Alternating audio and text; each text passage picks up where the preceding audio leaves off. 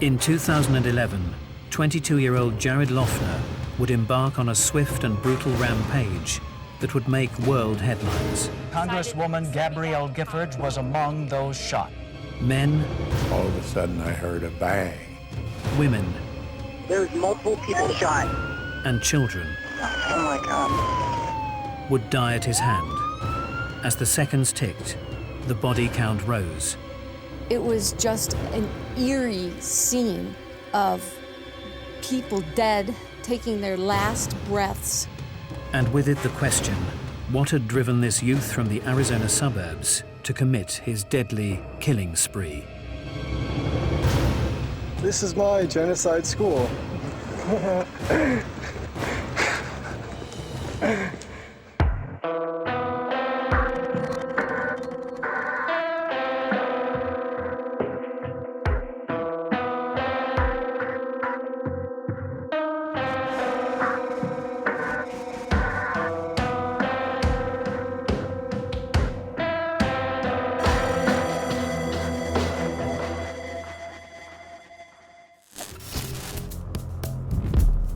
January 2011, Tucson, Arizona.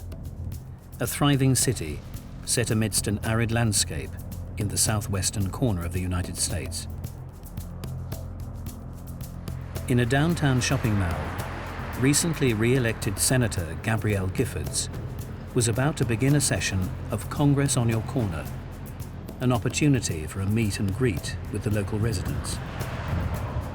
Gabby is my congresswoman, and she liked to make herself available to her constituents. People didn't have to come to her office. She would announce where she was going to be and invite people to come and talk with her. Many had been looking forward to the morning, and with an air of anticipation, a crowd gathered for the 10 a.m. start. It was a beautiful, crisp, clear, bright blue sky Saturday morning. And we went out to the Safeway just to pick up a couple of small items. I pulled into the parking lot and I could see the big sign up there that said Gabby Giffords. Everybody seemed to be pleasant, enjoying talking to each other. I was enjoying eavesdropping. Spirits were high, but unknown to those gathered, a danger lurked amongst them.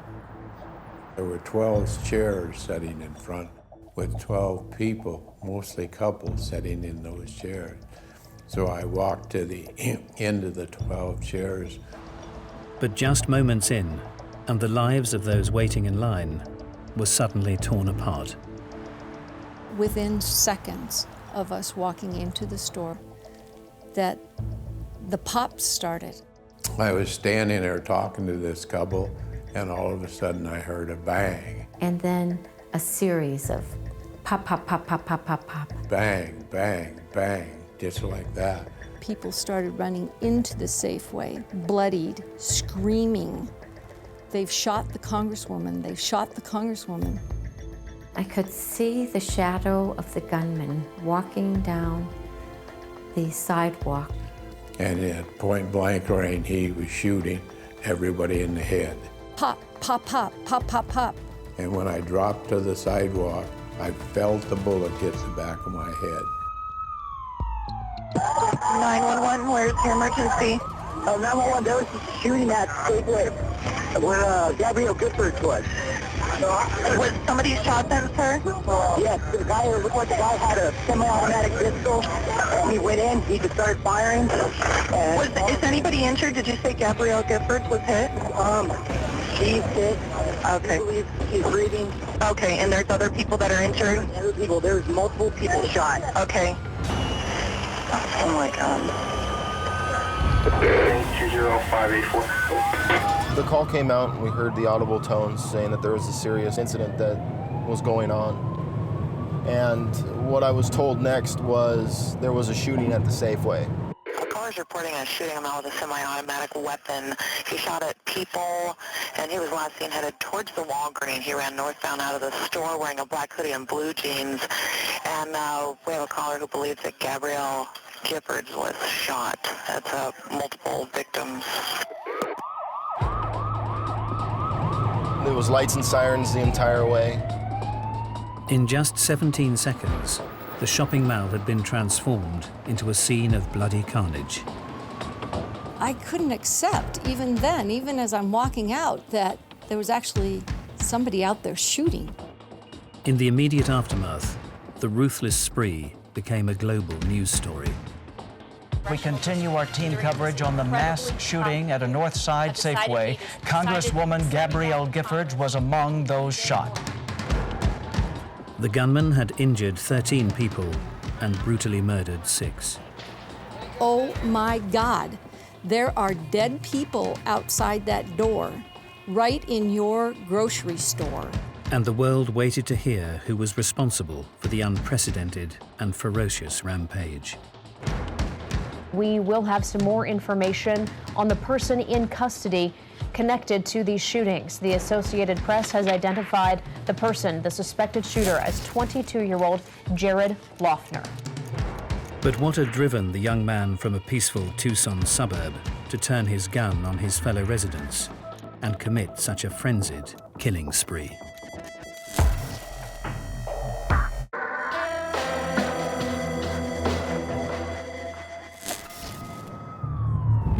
(10:10 a.m., Saturday the 8th of January 2011.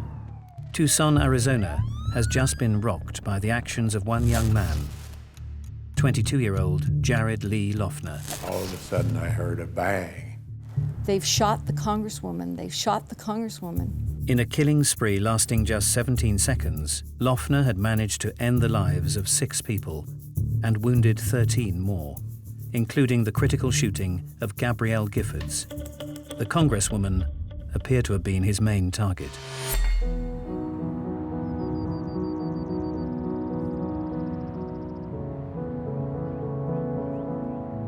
Known to be one of the oldest cities in the United States, Tucson, Arizona is located just 60 miles from the Mexico border. The culture is very influenced by the Mexican population, so we have a lot of the Hispanic culture here. You'll have a lot of great Mexican food. You'll see a lot of the Spanish dancing and in the music. It's beautiful, it's sunny. People have no idea when they hear about Tucson, Arizona, and think that it's just a big desert wasteland, and they come here and see the beautiful mountains and our fabulous weather. Despite its recent growth, the city is still renowned as a friendly, welcoming place. We have a very small town feel, even though there's probably about 800,000 people that live in the community. Definitely just a nice, chill place. Great place to raise a family. I loved that growing up just because I felt safe. One young resident's early years in Tucson began no differently to anyone else. Born on the 10th of September 1988, Jared Lee Loughner was raised an only child in a working-class area of the city. His mother was a respected and well-liked manager for the Parks and Recreation Department of Pima County, and his father stayed at home, restoring cars for money. Growing up in Tucson, it's nice just because it's very quiet. You get to the suburbs and it's just a nice, calm place. People, they're still friendly though. There's always something to do. There's never a boring time. During his early years, Loughner enjoyed a close-knit circle of friends. I met Jared through a mutual friend. We were in middle school, we were about like 12, 13 at the time, and the common bond we had was music. At that time, I had just learned how to play the guitar, so I was just like, I need to start a band, I need to go do something, and a mutual friend was just like, hey, yeah, Jared, he plays bass, like, go talk to Jared. The first time I met Jared, I believe it was at a party, and because we kind of all had the same friends. Although he demonstrated a rebellious streak in his early teenage years, Loughner was far from a concern to either his parents or those around him. I think we were with Jared. We were in my neighborhood and we're going up and down the streets and we're getting out and smashing all the mailboxes on the street. Pretty much just get into a lot of trouble, drink, go, wreak havoc on neighborhoods, kind of stuff like that. Despite some episodes of delinquency, His friends didn't consider him unusual amongst his peers. He was on the same page as everyone else. You know, his conversations, everything he was doing seemed absolutely normal. But as Jared Loughner reached his late teens, the friendly, relaxed musician that everyone liked began to change for the worse. It seems that a big turning point in his life was he had a crush on a classmate in high school. According to the gal, he had a much bigger crush on her than she ever had on him. So she just gave him the door, you know, they broke up, and according to his high school male peers, that was when the guy just really kind of began to lose it. I think he just really wanted to have friends and a girlfriend and stuff like that, and I think that never worked out for him, so I think he felt kind of alone. He started acting out in a way that, in retrospect, looks like the early part of an onset of mental illness. He withdrew from school, he withdrew from friends. As an increasingly isolated teenager, Loughner eventually dropped out of high school in 2006. His slow retreat into a private world went relatively unnoticed. But 5 years later, he would grab the nation's attention with a vengeance. 29 minutes past midnight, the 8th of January 2011, Motel 6, Tucson. 10 hours before embarking on his killing spree, Jared Loughner checked into room 411. Throughout the night, Loughner carried out a series of movements that saw him putting into place the final preparations for an assassination attempt on Congresswoman Gabrielle Giffords. Before the spree, Loughner was clearly very busy. He was no doubt suffering from what we would often call future foreshortening. He wasn't looking much beyond the next 24 hours. In fact, he may not have believed he would survive the next 24 hours. As the night progressed, Loughner made several short trips to a local convenience store. At 1 a.m., he picked up a roll of newly developed film containing photos he'd taken of himself only hours earlier. There were several pictures of Jared Loughner, one of him in female underwear. It was kind of odd. And there was a photograph of a 9mm gun on top of a U.S. textbook. Loughner made the final return to his room at 4:12 a.m. with his newly developed photographs. He logged on and entered into his familiar subversive world within the internet and began posting the bizarre images online. He spent into the wee hours on the computer, sending emails out and, goodbye, dear friends, stuff like that. Retreating into the online world was nothing new. In recent months, Loughner had been pushing away friends and family in the real world in favor of a community online, where he hoped his increasingly irrational views would find a home. A lot of his MySpace records showed that he was into revolutionary literature such as Fahrenheit 351 as well as Mein Kampf, though he was well read in a typical standard teenage way. One particular site was a gathering place for conspiracy theorists and skeptics, and here Loughner hoped his odd views would find recognition.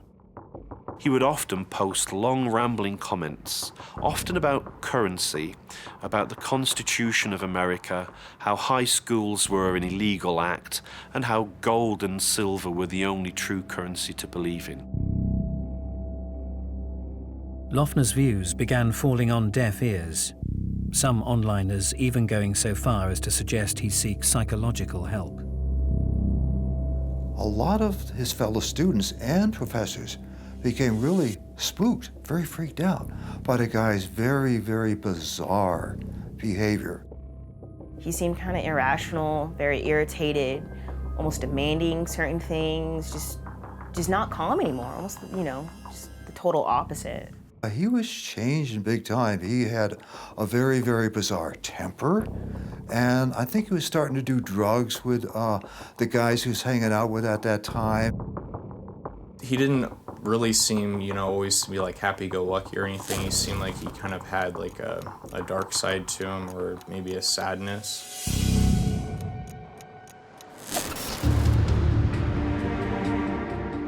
While he was at Pima Community College, there were a couple of instances when issues as difficult to talk about as abortion or war would come up. And at the most unideal times, he would blurt out in laughter. One of his female classmates was talking about her very, very traumatic experience having an abortion. And Loughner came up with this remark like, "Oh my God, you're a baby killer." And of course, people in the classroom would take exception to that and then would ask him what his problem was. What are you doing? Are you trying to make a mockery of what we're saying? And he would just always respond in kind by laughing and just saying, "You're all idiots, you're all illiterate. You don't know anything that's going on here." Several of the students were very, very spooked by his behavior. In fact, one of the gals who was in her 50s and she had been a mental health technician, she took a seat by the door and she emailed one of her friends saying, "I just have a strong guts feeling that someday this guy's going to come into class with a gun and start shooting, and I just want you to know I'll be the first one out the door." We're examining the torture of students. The final straw for college authorities came when Loughner posted a disturbing video online. This is my genocide school, where I'm going to be homeless because of the school. The Pima Community College police discovered a video he had made. He took a handheld camera and he walked around the campus of Pima Community College, and he basically talked about it being the biggest waste of money in American education. This is Pima Community College, one of the biggest scams in America. We're like, this is from Jared? Like, what? Like, this is creepy. It's just, it did not seem like anything, it didn't seem like any of his interests that he was previously aligned with. Here's the best part, the bookstore. The bookstore, the bookstore, the bookstore. It is so illegal to sell this book under the Constitution. We are also censored by our freedom of speech. It was a rambling, psychotic video that set off alarm bells in the Pima Community College Police Department. If the student is unable to locate the external universe, then the student is unable to locate the internal universe. Where is all my subjects? I could say something sound right now, but I don't feel like it. Finally, the authorities at Pima College had a meeting with Loughner and his parents and said, enough is enough. We're kicking you out of college.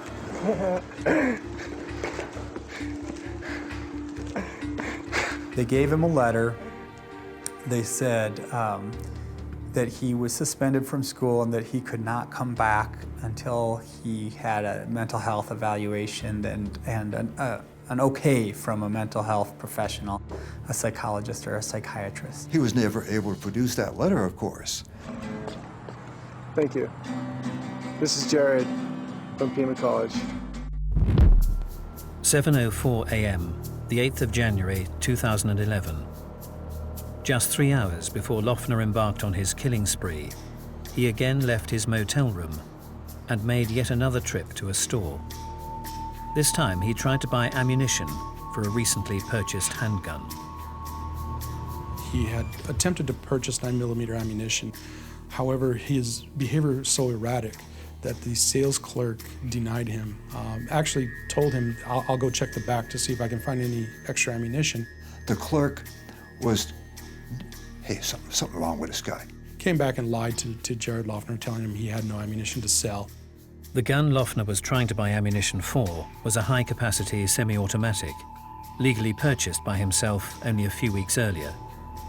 He also developed an interest in firearms, which isn't that unusual, but did concern some of his friends when he showed up with a gun here or there. Some friends had some concerns about him owning a gun. At 7:31 a.m., undeterred, Loughner again attempted to purchase ammunition from a different store. This time, failing to raise any suspicions, he succeeded in buying 8 boxes containing a total of 400 rounds. He already had his weaponry. He had the Glock semi-automatic with several magazines, which nobody needs, you know, unless you're in military combat. With only hours to go before the arrival of his main target, Congresswoman Gabrielle Giffords, Loughner was on the move once again. This time he was making his way home. As Loughner approached the front door of his house, he was confronted by his father. His father said, "What the hell are you doing here with this big bag there? Where are you going?" In recent months, the relationship between Loughner and his parents had become increasingly strained. His parents had actually disabled his vehicle and at one point taken away his shotgun just because they feared that Jared might be doing something or might consider doing something that wouldn't be safe for him or anyone else. Both Randy and Amy Loughner were clearly concerned about their son's behavior. They tried to talk to him, and they just couldn't make any headway. But that, too, speaks volumes. It speaks to his parents being concerned just about Jared's state of mind. They had no idea what he was about to embark upon, but they knew that their son was battling something, and he was certainly confused, to say the very least. Outside the front of the home, a standoff between father and son continued. Well, his dad was evidently very spooked to the point where he prohibited him to go back and use the car. Grabbing a black bag from the boot of the car, Loughner turned and fled from his home. The guy ran several blocks away, calls for a cab on his cell, so a cab comes down to pick him up. In just a matter of minutes, Loughner would embark on a killing spree that would shock the nation to its core.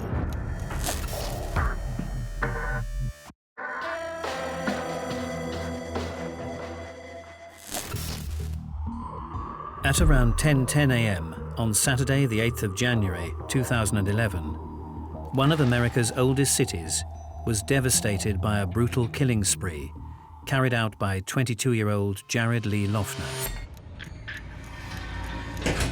Just 1 hour earlier, Tucson, Arizona, and the sun-drenched morning appeared to be as any other for the local residents.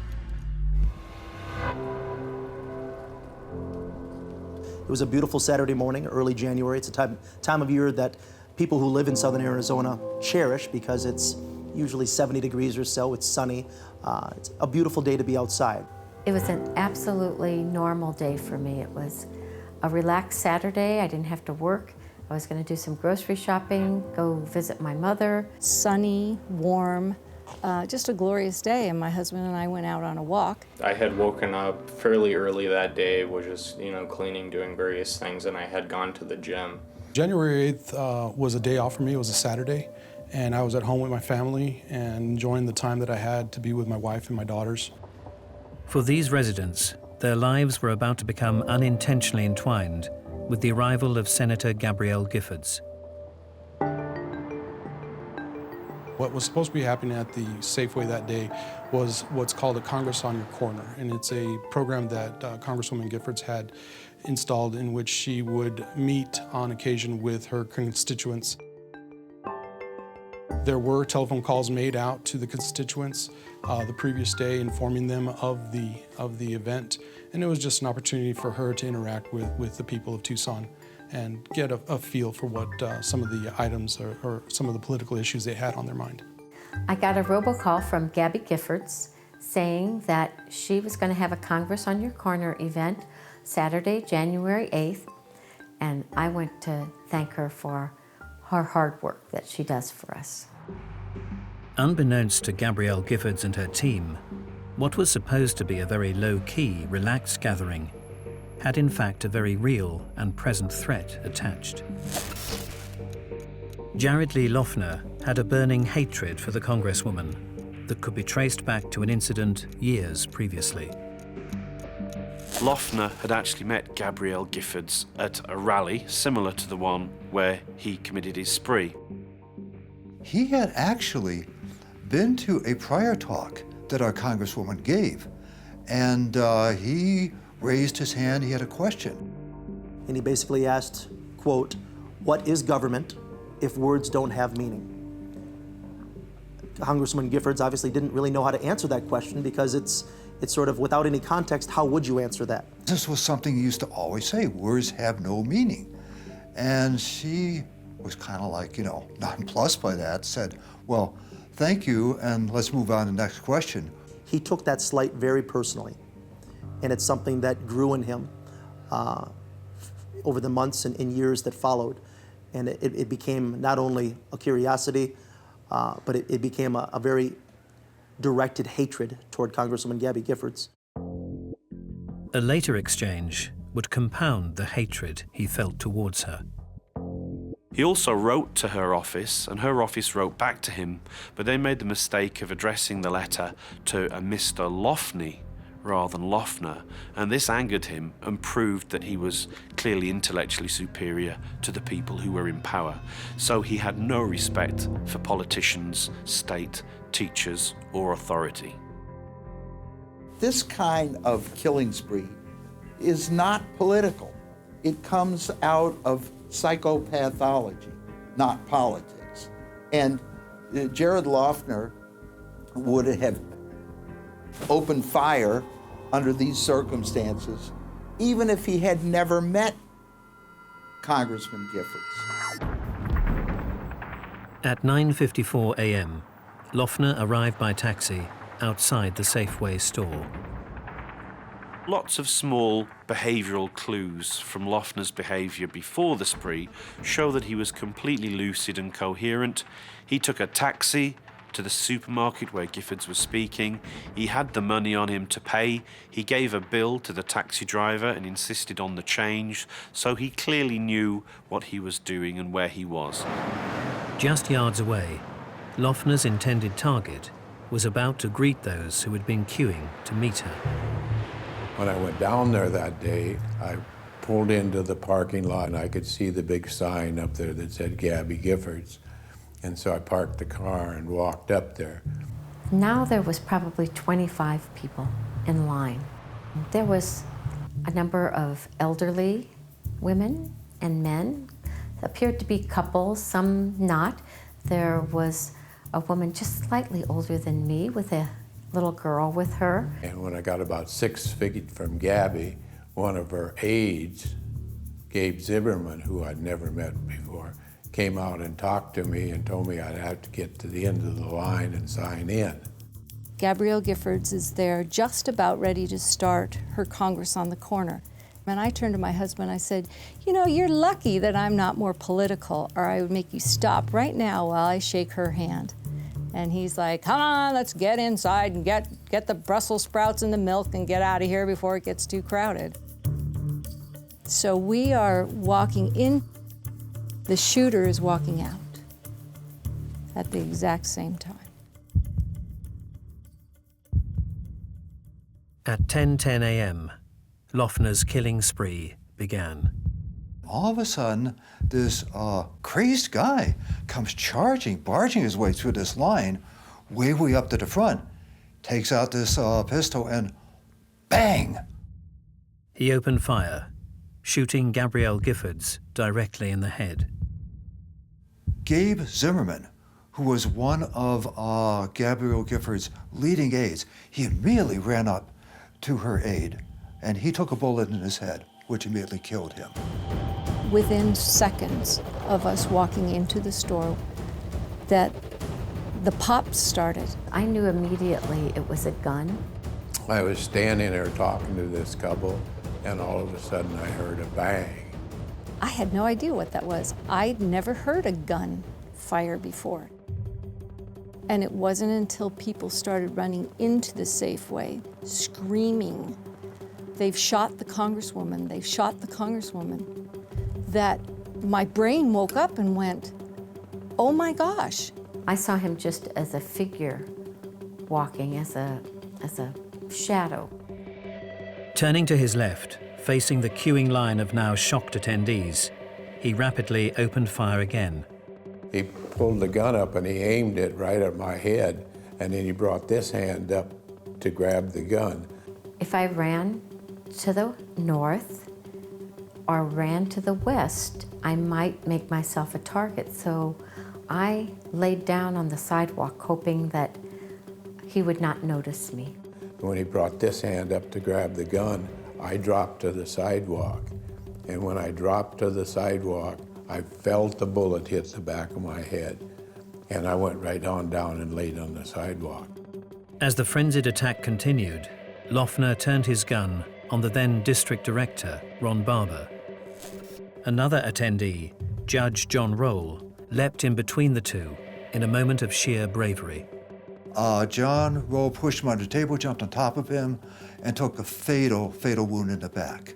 I walked out, and the first body that I came to was Judge John Roll. I couldn't tell where he was shot. And I kept asking, there were a few people crawling around, where is he shot? Where is he shot?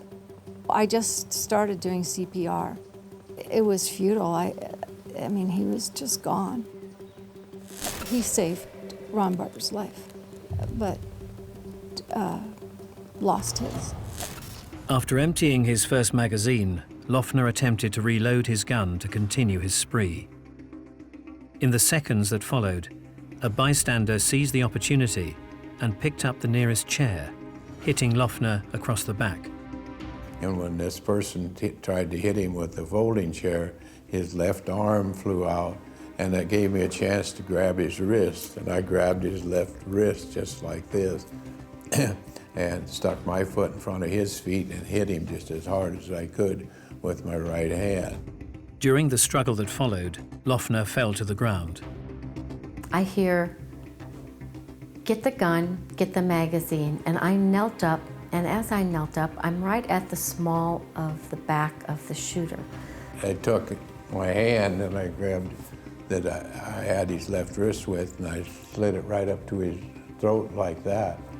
Loughner again attempted to grab another fully loaded magazine out of his back pocket. And in his haste, he dropped the magazine, and I was able to grab it before he could pick it up. And I told him if he moved, I'd choke him. And he went to roll a little, and I choked him. And he went, ow, ow, ow, ow. In the heat of the moment, with Loughner subdued, one of the victims grabbed his gun. Another man actually took Loughner's gun and pointed it at him and threatened to shoot him. And Bill Badger said, put the gun down and step on it. Right now, put it on the ground and step on it. And so he did. With Loughner unable to escape, police raced to the scene.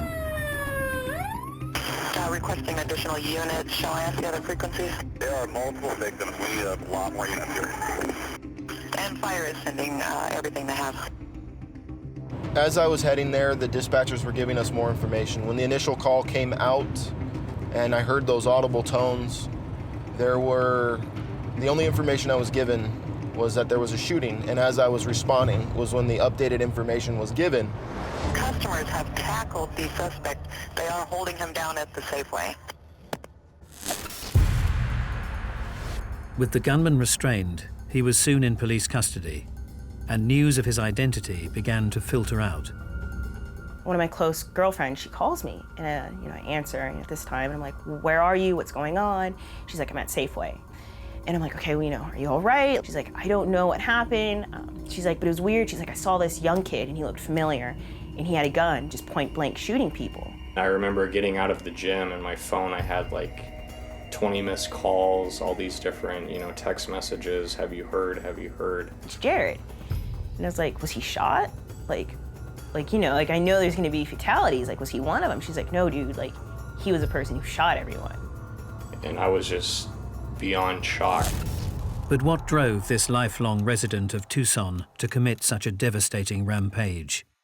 A ruthless spree that shook his local community to the core.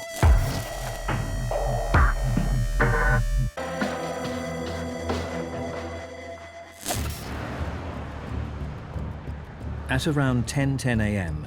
on the 8th of January 2011, Jared Loughner committed a deadly killing spree in Tucson, Arizona. In just 17 seconds, he emptied a 33-round magazine of its bullets into a waiting crowd. The ruthless attack would ultimately leave 6 dead and 13 wounded. Customers have tackled the suspect. They are holding him down at the Safeway. In an act of heroism, bystanders subdued the shooter, ending the killing spree as quickly as it had begun. It was just an eerie scene of people dead, taking their last breaths. There was some cries of panic, nothing loud, and then nothing.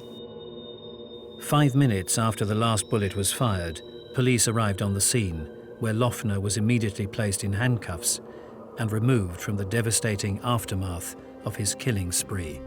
The first thing he said to law enforcement is, I want everyone to know that there was no one else involved. He wanted everyone to know that this was him and him alone. With Loughner safely in custody, people began to take stock of themselves and those around them. Jared Loughner at this time was in the back of the car, of one of the police cars. To be honest, I didn't pay him any mind at that point because we needed to render aid to the victims.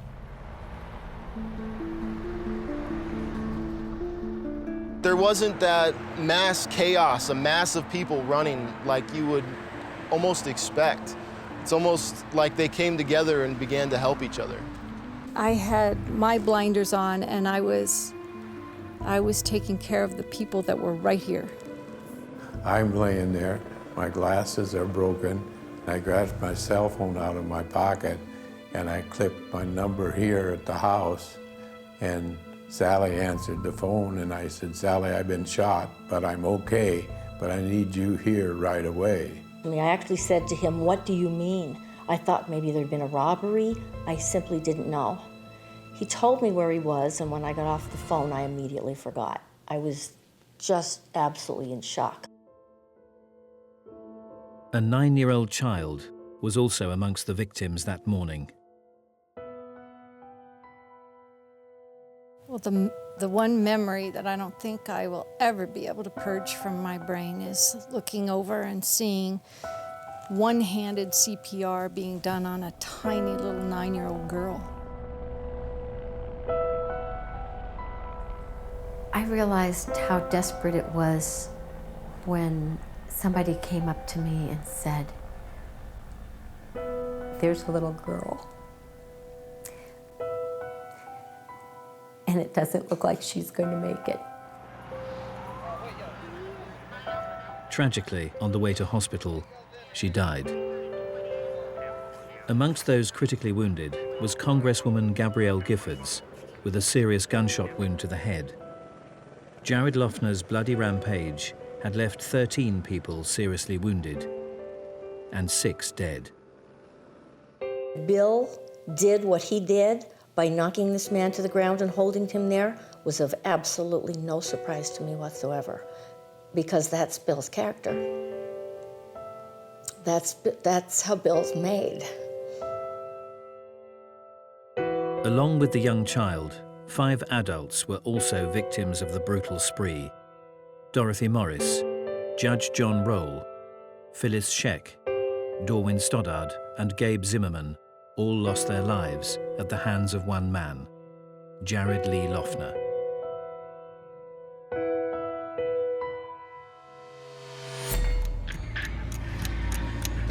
The 9th of March 2011, Arizona Superior Court. Jared Lee Loughner was initially charged on 49 counts. If he was found guilty, he would face the death sentence.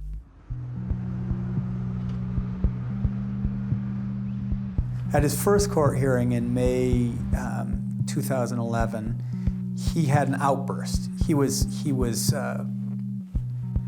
disconnected from what was going on. I think Jared Loughner was a very confused young man who was spiraling into madness. Throughout the proceedings, Loughner's behavior deteriorated, and he had to be forcibly removed from court. Deemed unfit to stand trial, he was remanded in custody, where his mental health declined further. He was in just terrible shape. He was psychotic, he was having hallucinations. At one point he paced for 50 hours in his cell, got open literally for 50 hours straight. He got open sores on his feet, those became infected. 26th of June 2011. Diagnosed with paranoid schizophrenia, the trial judge ruled that Loughner should be forcibly medicated with antipsychotics. There is a possibility that Loughner believed he was killing evil people. He was doing us a big favor, ridding the world of evil. And this was just an act that he knew he had to fulfill because these were very bad forces working on our society, and he was doing us a favor. After 14 months, he was deemed competent to stand trial, where the prosecution was seeking the death penalty. I think he and his representation saw the writing on the wall. He would have been executed. In an eventual plea bargain, Loughner admitted guilt to 19 of the 49 original charges, including attempted assassination of a Congresswoman, the murder of 2 federal employees, causing the death of 4 others, attempted murder of 2 federal employees, and injuring 10 others through the use of a pistol. The shooting really shook this town. People reacted with grief, mourning, just utter shock. I've always known that I was going to see things that most people don't see, but never to the magnitude of this incident. We survived, so we try to be a voice for the people who will no longer have a voice. By admitting his guilt, Loughner avoided the death penalty. That day will be forever emblazoned on my mind and in my heart and on my soul as the very worst day of my life. Jared Lee Loughner was given 7 consecutive life terms plus 140 years, meaning under current law, he will never be released. Now this guy has got to spend the rest of his life living with the consequences of what he did. Since the shooting spree, mental health and gun control laws have again become the focus of fierce debate throughout America. I think for our people who have mental problems, we need to help them. We can't just push them out there and let them do something like this. It kind of drew a line in of who do you really know? You say you know someone, but do you really know them? You were not going to find the red flags in his childhood. And that's because he had a genetically determined illness, schizophrenia, that doesn't appear in terms of symptoms until an individual is in his late teens or early 20s. You get a different Jared Loughner at that point. And this one turned out to be extremely violent.